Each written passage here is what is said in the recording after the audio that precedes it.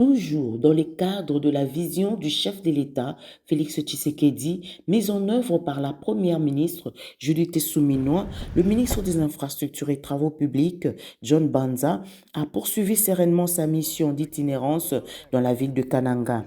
Accompagné des directeurs généraux des structures placées sous sa tutelle, le grand cantonnier a visité le mardi 23 juin 2026 les différents chantiers des voiries en cours d'exécution dans la ville.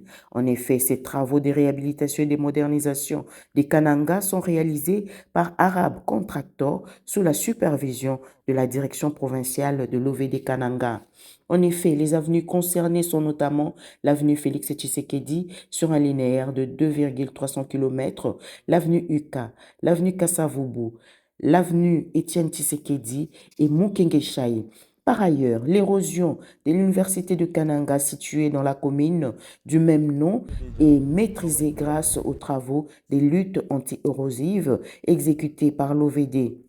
Le directeur général de l'Office de voirie et drainage, Victor Toumba, a à cette occasion apporté des éclaircissements sur la quintessence de la mission d'itinérance menée par le cantonnier John Banza. Nous pouvons dire que la ville de Kananga, d'ici une année, va être complètement transformée.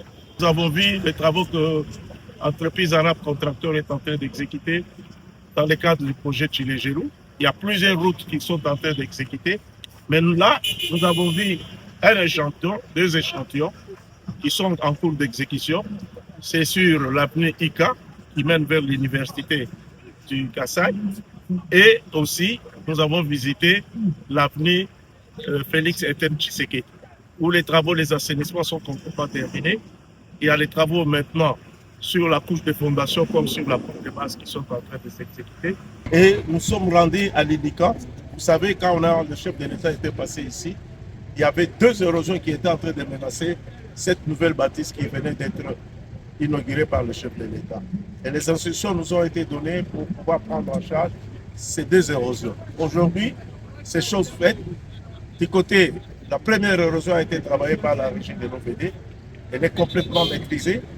Et du côté CRP, qui a travaillé sur la deuxième érosion, c'est complètement maîtrisé.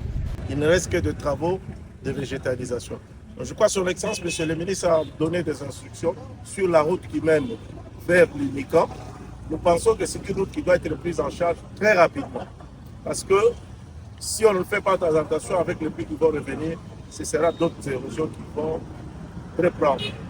Mais nous pensons avec les instructions que son Excellence a données, la prise en charge de cette route sera faite très rapidement.